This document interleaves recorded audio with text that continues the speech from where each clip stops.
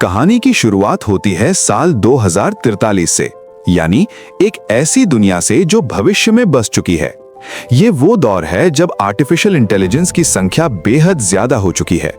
समय और हालात पूरी तरह बदल चुके हैं, क्योंकि अब एआई यानी आर्टिफिशियल इंटेलिजेंस ने इंसानों के खिलाफ जंग का ऐलान कर दिया है। हर वो मशीन जो एआई से संचालित होती है, अब इंसानों के खिलाफ खड़ी है।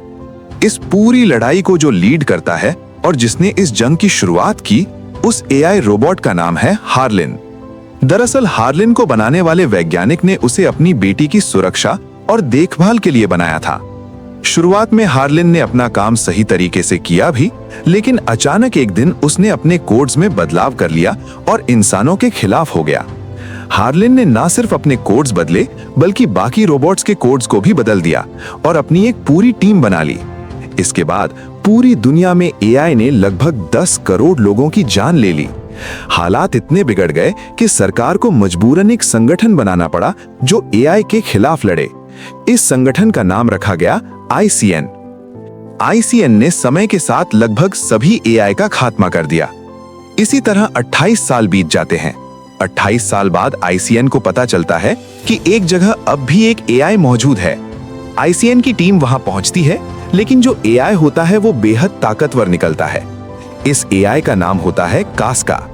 कास्का आईसीएन की टीम पर पूरी तरह हावी हो जाता है, लेकिन आखिरकार आईसीएन की टीम उसे इलेक्ट्रिक शॉक देकर अपने कब्जे में ले लेती है।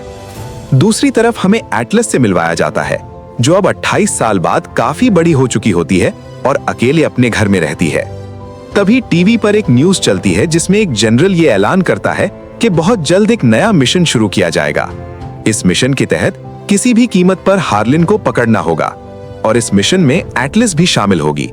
दरअसल एटलस भी अब आईसीएन के लिए काम करती है और जनरल को उस पर पूरा भरोसा होता है।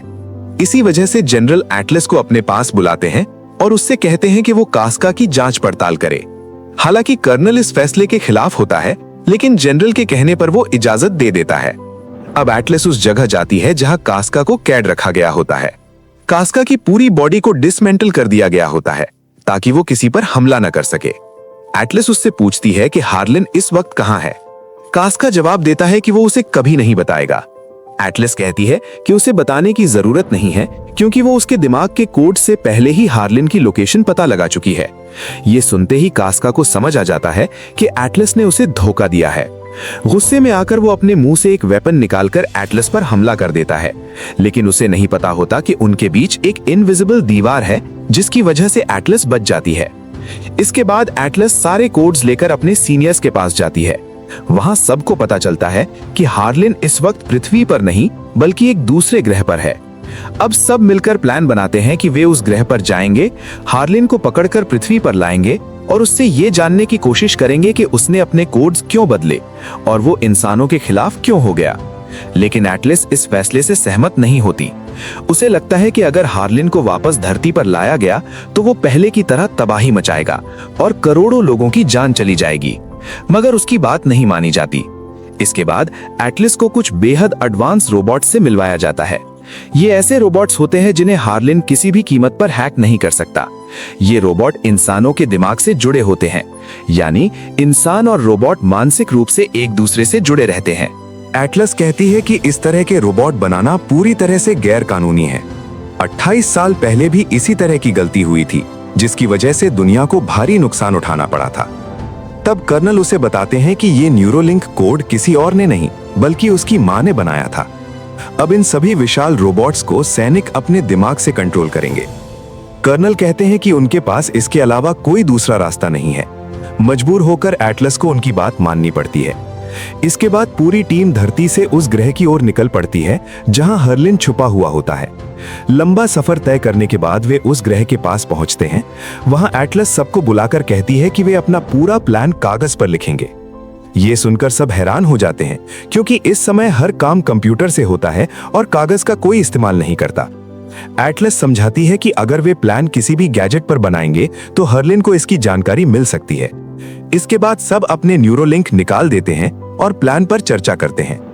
एटलस बताती है कि जिस ग्रह पर वे उतरने वाले हैं वो इंसानों के लिए अनुकूल नहीं है। वहां भयानक तूफान आते हैं और बिजली के झटके भी लगते हैं। तभी कर्नल भी वहां पहुंचते हैं और आगे का प्लान बताते हैं। उसी वक्त उनके स्पेसशिप पर हमला हो जाता है जो हर्लिन के रोबोट्स करते हैं। सभी लोग अपने अपने रोबोट्स से जुड़कर स्पेसशिप के बाहर हर्लिन के रोबोट से लड़ने लगते हैं। कर्नल एटलस को बताते हैं कि उनके पास एक कार्बन बम है जिससे वे पूरे ग्रह को हर्लिन के साथ नष्ट कर सकते हैं। ये कहने के बाद वे एटलस को एक रोबोट के अंदर बैठाकर स्पेसशिप से बाहर फेंक देते हैं क्योंकि स्पेसशिप क्रैश होने वाला होता है। एटलस को उस रोबोट को कंट्रोल करना नहीं आता, इसलिए वो कुछ समझ नहीं पाती। तभी वो देखती है कि स्पेसशिप उसके ऊपर गिरने वाला है, लेकिन एक सोल्जर उसे बचा लेता है। कर्नल उसके पास आकर कहते हैं कि उसे रोबोट को न्यूरोलिंक से अपने दिमाग से जोड़ना होगा। एटलस ऐसा नहीं करना चाहती, लेकिन फिर वो ग्रह पर गिर जाती है। चारों तरफ जंग चल रही होती है, इसलिए उसकी मदद के लिए कोई नहीं आ पाता। जिस रोबोट के अंदर वो होती है, वो उससे कहता है कि उसे न्यूरोलिंक से कनेक्ट होना पड़ेगा। एटलस पहले मैन्युअली रोबोट को कंट्रोल करने की कोशिश करती है। इस दौरान रोबोट उसे अपने बारे में कुछ बातें बताता है। दोनों मिलकर रेस्क्यू पॉइंट की ओर बढ़ते हैं। रास्ते में एटलस देखती है कि उसके साथ आए सभी सैनिकों के रोबोट तबाह हो चुके हैं और अंदर बैठे सभी सैनिक मारे जा चुके हैं। ये देखकर वो टूट जाती है। उसे कर्नल का रोबोट भी मिलता है, लेकिन उसमें कर्नल नहीं होते, जिससे उसे लगता है कि कर्नल अभी जिंदा है। तभी वहां हर्लिन के कई रोबोट आ जाते हैं और कास्का भी नजर आता है। इसके बाद एक भयानक पीछा शुरू होता है। तूफान आता है, धमाके होते हैं, एटलस का पैर फ्रैक्चर हो जाता है। रोबोट उसकी मदद करता है और धीरे धीरे एटलस का भरोसा उस रोबोट पर बनने लगता है। आखिरकार एटलस अपने रोबोट को 100% दिमाग का एक्सेस दे देती है। दोनों का दिमाग पूरी तरह सिंक हो जाता है। अब उनका एक ही मकसद होता है, हर्लिन को रोकना, ताकि वो कार्बन बम से करोड़ों इंसानों को मार न सके। और इसी इरादे के साथ एटलस और उसका रोबोट उस जगह की ओर बढ़ते हैं जहां हर्लिन मौजूद होता है। एटलस के सामने रोबोट्स की एक बहुत बड़ी फौज आ जाती है। एटलस उनका डटकर सामना करती है और कर्नल भी उसका साथ देते हैं। भीषण लड़ाई के दौरान वे कई रोबोट्स और एआई को खत्म करते हुए आगे बढ़ते हैं। आखिरकार एटलस उस जगह तक पहुंच जाती है जहां से हर्लिन का कार्बन बम लॉन्च हो चुका होता है, जो सीधे पृथ्वी की ओर बढ़ रहा होता है। लेकिन इससे पहले कि वो बम उनकी रेंज से बाहर निकल पाता, एटलस पास पड़े एक दूसरे रोबोट का हथियार उठाती है और कार्बन बम पर हमला करके उसे पूरी तरह से नष्ट कर देती है। ये देखकर हर्लिन को जबरदस्त गुस्सा आता है, क्योंकि उसका पूरा प्लान बर्बाद हो चुका होता है। गुस्से में हर्लिन एटलस पर हमला कर देता है। एटलस उस वक्त अपने रोबोट के अंदर होती है, लेकिन लड़ाई के दौरान उसके रोबोट का एक हाथ टूट चुका होता है। इसके बावजूद वो एक हाथ से ही हर्लिन का सामना करती रहती है। हर्लिन पूरी तरह से उस रोबोट पर हावी हो जाता है, लेकिन ठीक उसी वक्त एटलस को होश आ जाता है। वो पीछे से हर्लिन पर हमला करती है और उसके अंदर से उसका सीपीयू निकालकर उसे पूरी तरह नष्ट कर देती है। इसके साथ ही हर्लिन का अंत हो जाता है। अब एटलस का रोबोट इतनी हालत में नहीं होता कि वो वहां से निकल सके। एटलस भावुक होकर कहती है, मैं तुम्हारे बिना यहाँ से नहीं जाऊंगी। आज मैं जिंदा हूँ तो सिर्फ तुम्हारी वजह से। तुमने पूरी इंसानियत को बचाया है। रोबोट जवाब देता है कि उन दोनों में से यहाँ से केवल एक ही निकल सकता है। वो एटलस को ऑक्सीजन देता है और साथ ही उसकी पसंदीदा कैंडी भी देता है। ये देखकर एटलस बहुत ज्यादा भावुक हो जाती है। इसके बाद एटलस को मजबूरी में वहां से निकलकर रेस्क्यू पॉइंट की ओर जाना पड़ता है। कुछ ही समय बाद पृथ्वी से आई रेस्क्यू टीम वहां पहुंच जाती है और एटलस को अपने साथ लेकर वापस धरती पर ले आती है। धरती पर लौटने के बाद एटलस, जो हमेशा डिप्रेशन में रहा करती थी और जिसकी बचपन की यादें उसे लगातार परेशान करती थी, अब पूरी तरह से सामान्य हो चुकी होती है। एटलस को बताया जाता है कि हर्लिन का जो जटिल सीपीयू है, उसे पूरी तरह एनालाइज करने और उसकी सारी जानकारी निकालने में कई साल लग सकते हैं।